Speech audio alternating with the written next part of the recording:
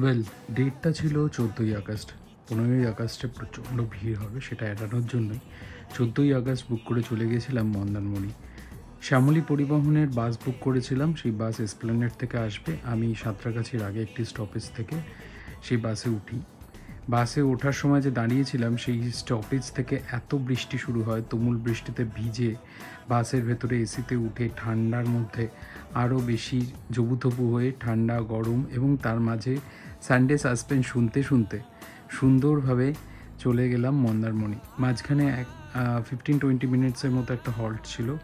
তারপরে পৌঁছলাম চাউলখোলা।